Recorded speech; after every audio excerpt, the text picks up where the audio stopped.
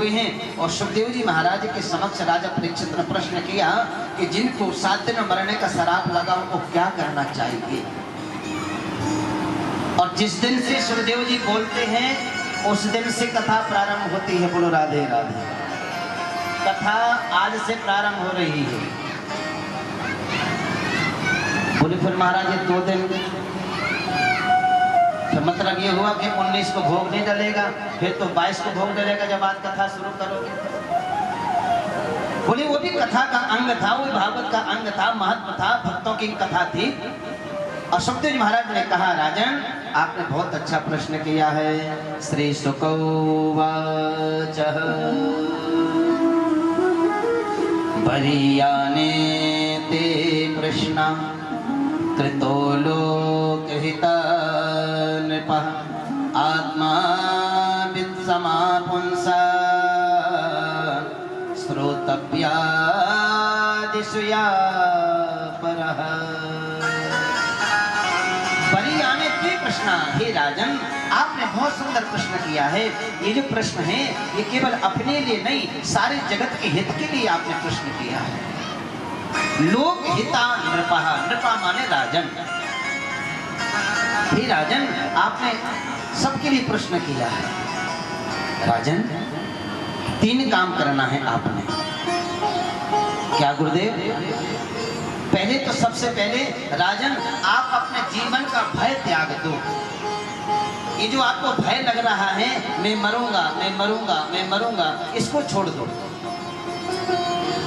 तेषां प्रमतो निधिना पश्यपि न पश्यति। आपने पश्चाताप नहीं करना। आज का जीव केवल इसी चक्कर में पड़ा हुआ है। हमें चिंतन करना चाहिए भूत भविष्य का, हमें चिंतन करना चाहिए वर्तमान का। हम जिस अवस्था में जी रहे हैं उस अवस्था का चिंतन करना चाहिए, उस समय का चिंतन करना चाहिए। लेकिन हम लोग ना तो वर्तमान को संभाल पा रहे हैं ना भविष्य को संभाल पा रहे हैं। बस चक्कर में इसी में पड़े हैं कि 2020 में इतना कमाया था, अब 2022 में इतना कमाना है। बोलो राधे राधे। फिर बोले महाराज 21 का क्या होगा? बोले वो तो राम जाने। इसलिए इसी बात को सुखदेव जी कहते हैं राजन आपके जीवन में जो घटना घटित हो गई है उसको कोई वापस नहीं ला सकता है। आपके जीवन से जो समय चला गया है उसको कोई वापस नहीं ला सकता है? आपकी कथा के 2 दिन निकल गए हैं, क्या वापस आ सकते हैं? नहीं आ सकते हैं। जो लोग 19 तारीख को आएंगे और जब कथा सुनेंगे और कथा सुनने के बाद में कहीं ना कहीं मन में थोड़ा सा एक संशय रहेगा कि ये 6 दिन निकल गए, ये 6 दिन वापस कैसे आए? आ सकते हैं क्या? नहीं आ सकते। राजन जो आयु का समय निकल गया है, जो घटना घटित हो चुकी है, हम उसको वापस नहीं ला सकते। हम इतना जरूर कर सकते हैं कि 2 समय को हम बचा सकते हैं, 2 समय को सुधार सकते हैं, एक वर्तमान और एक भविष्य। हमें भविष्य की, हमें वर्तमान की चिंता करनी है। हम जिस काल में जी रहे हैं, जिस समय में जी रहे हैं, इस समय हमारा बन जाए। इसलिए राजन पश्यपि न पश्यति, पश्चाताप नहीं करना है। फिर क्या करें भगवान? बोले केवल 3 काम करना है। बोले क्या? श्रोतव्यादिकिरेतव्यस्य स्मृते चेति लाभतः। हे राजन 3 काम जीवन में प्रारंभ कर दो। श्रोतव्य, श्रोतव्य माने सुनना, सुनना प्रारंभ कर दो। आज के किसी बच्चे से कहो कि ये चीज लाना है, वो पूरा सुनता नहीं है और दौड़ लेता है। दुकान में जाएगा, अनाप शनाप वस्तु ले आएगा और फिर बाप कहेंगे अरे बेटा मैंने ये थोड़ी मंगाया था। बोल फिर क्या मंगाया था? बोल तू सुनता ही तो नहीं, मेरी यही तो आफत है। तू सुनेगा तब तो बताऊंगा क्या लाना है। इसलिए सुनना प्रारंभ कर दो। हे राजन जो समय मिला है, जो समय मिले सत्संग की घड़ी में बैठे, सत्संग में बैठे, सुनना प्रारंभ कर दो। अगर आप सुन नहीं सकते हो तो क्या करो? श्री कृष्ण गोविंद हरे मुरारी, हे नाथ नारायण वासुदेवा, हे नाथ नारायण वासुदेवा, हे नाथ नारायण वासुदेव। कोई सुनाने वाला ना मिले तो कीर्तन करना प्रारंभ कर दो। दुकान में बैठे हुए हो, काम कर रहे हो, घर में बैठे हो, काम कर रहे हो, कीर्तन करते रहो, काम करते रहो। हैं? हाथ ने अपना काम करना है, आंख ने अपना काम करना है, तो जीवा का क्या काम है? बोले जीवा का काम है कीर्तन करना। अच्छा, और कीर्तन ना हो तो फिर क्या करें? अरे कीर्तन के लिए तो कुछ लोग चाहिए ना। हम गाते रहे, आप लोग ना तो गाओ ना ताली बजाओ, तो फिर हमारा मन खट्टा हो जाएगा, बुरा लगेगा, लगता समझ नहीं आ रही बात है। कीर्तन मजा नहीं आएगा।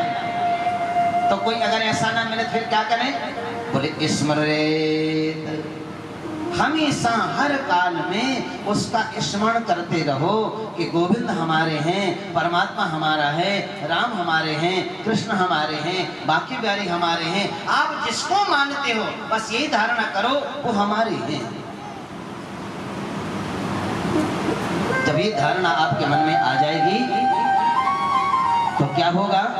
एता जन्म लाभा परा पुंसा मते नारायण स्मृति। आपका जीना, आपका जन्म लेना, आपका चलना, आपका कमाना, आपका बैठना, आपका उठना लाभित हो जाएगा। अपने जीवन का लाभ कभी सोचा है आपने? हमने हमारा जन्म क्यों हुआ है? तो फिर क्या होगा? बोले फिर आप संसार में तो रहोगे लेकिन कमल की तरह रहोगे। कमल जब खिलता है ना तो कीचड़ में खिलता है, लेकिन कीचड़ से ऊपर होता है। कमल में कीचड़ नहीं लगता है क्योंकि कमल कीचड़ से ऊपर होता है। ये संसार भी कीचड़ है, ये संसार भी दुखालय है। अगर आप इसमें कमल की तरह महकना चाहते हो, खिलना चाहते हो, तो बस ये धारणा कर लो ये जो संसार है ये मेरे प्रभु की देन है। ये माता पिता की सेवा करना ये प्रभु की कृपा है, ये प्रभु की आज्ञा है। ये भाई बहन का पालन करना ये भगवान की देन है। कब तक करवाएंगे वो जाने। मीरा ने पद गाया ना, चाकर राखो जी गिरधारी लाला, चाकर राखो जी। मीरा कहती कि मैं आपकी नौकरानी हूँ, आपकी नौकरानी। आप राणा की सेवा करवा लो ये भी आपकी कृपा है, आप भजन करवा लो ये भी आपकी कृपा है। बस ये धारणा जिस समय आपके मन में आ गई कि ठाकुर जी ने ये कृपा की है, ये नौकरी दी है, ये नौकरी दी है, इसको भली भांति करना है। जब इस धारणा आपके जीवन में आ जाएगी तो फिर आपका जीना सार्थक हो जाएगा, आपका ग्रस्त जीवन सार्थक हो जाएगा। यही लाभ है, यही परम लाभ है जीवन का। कहते हैं राजन आपको 7 दिन मिले हैं ये बहुत है। श्री कृष्ण गोविंद हरे मुरारे, हे नाथ नारायण वासुदेवा। श्री कृष्ण गोविंद हरे मुरारे, हे नाथ नारायण वासुदेवा। श्री कृष्ण गोविंद हरे मुरारे, हे नाथ नारायण वासुदेवा।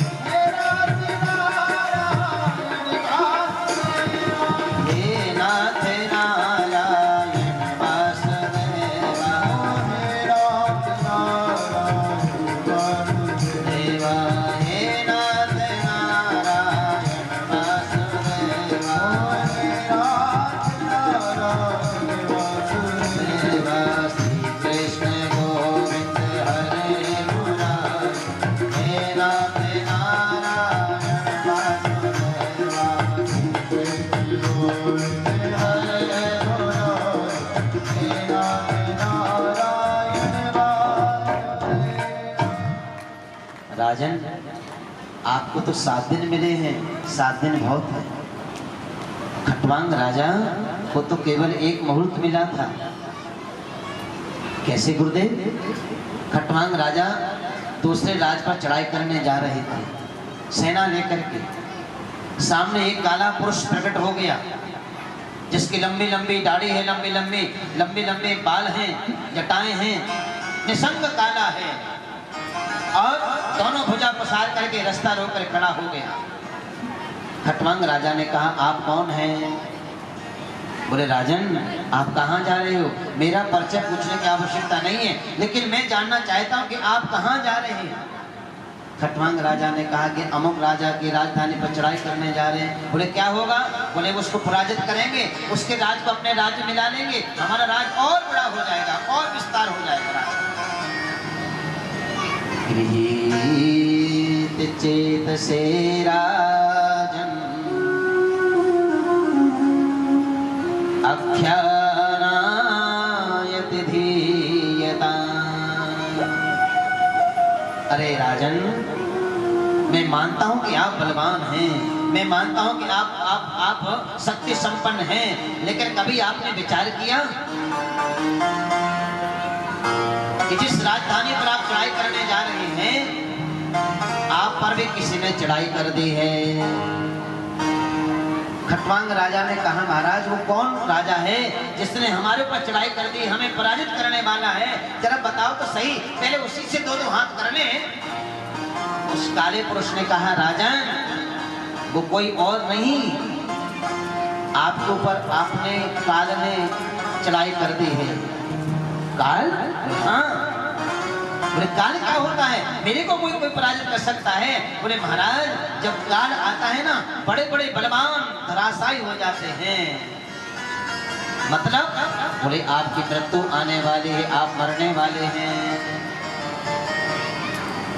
और जैसे खटवांग राजा ने सुना कि मैं मरने वाला हूँ, उससे पूछा पुरुष से, महाराज आपसे निवेदन है, क्या मेरी आयु का कुछ समय बताओगे? मैं कितना समय और जी सकता हूँ?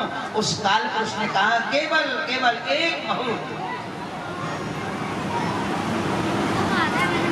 और उसी समय राजन खटवांग राजा ने पालकी से कूदे, नीचे आए, अपना मुकुट उतारा और बैठ गए जमीन पर।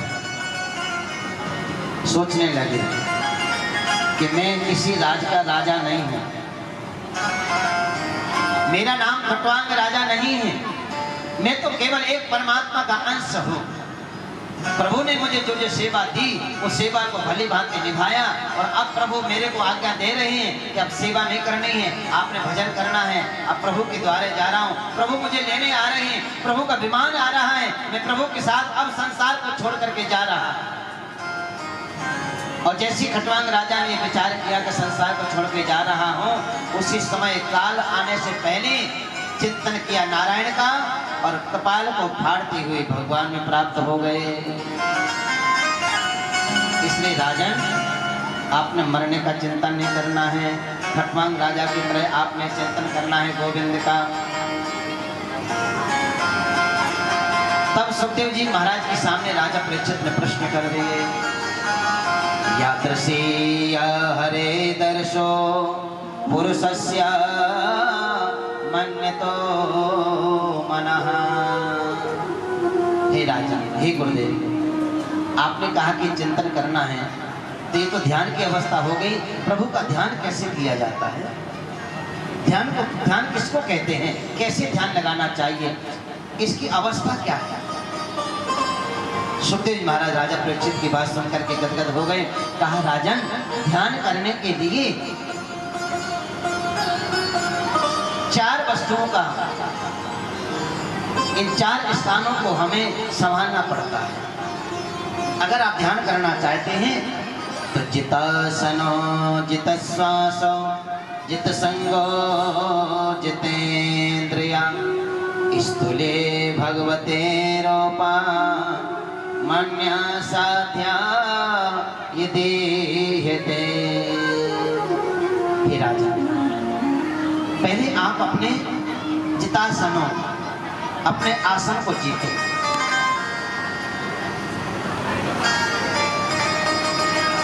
ये जो माताएं पीछे बात कर रही हैं, अब क्या करें बेचारी, वैसे घर में तो मिल नहीं सकते, कोरोना काल चल रहा है?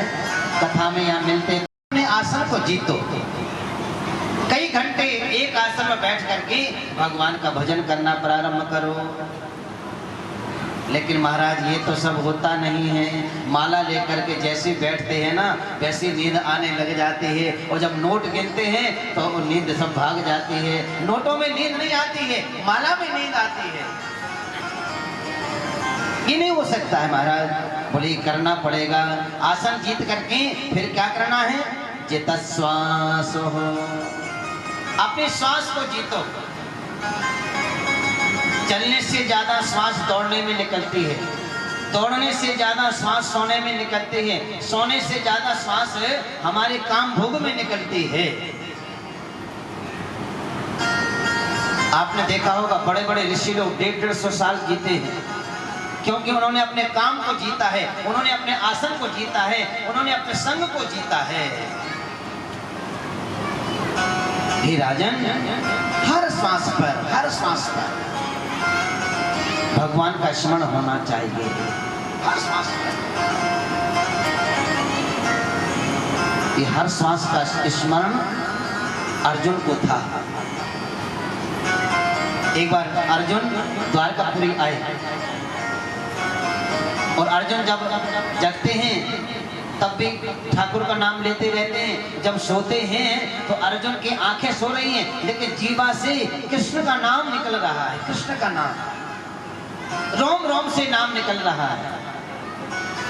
अर्जुन द्वारकापुरी में आराम फरमा रहे हैं, सो रहे हैं।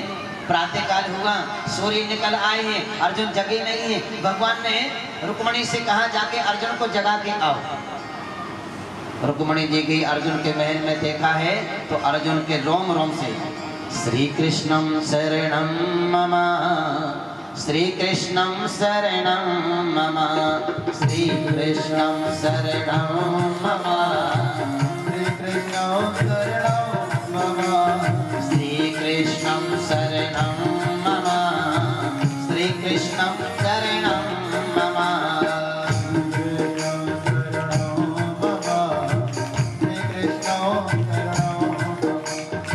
जिसको भगवान ने जीवा दी हो, आप सबकी जीव है ना, सबकी जीव है ना, जिसको भगवान ने जीव दी हो वो जरूर बोले, और भगवान ने जिसको 2 हाथ दिए हो वो जरूर ताली बजाए।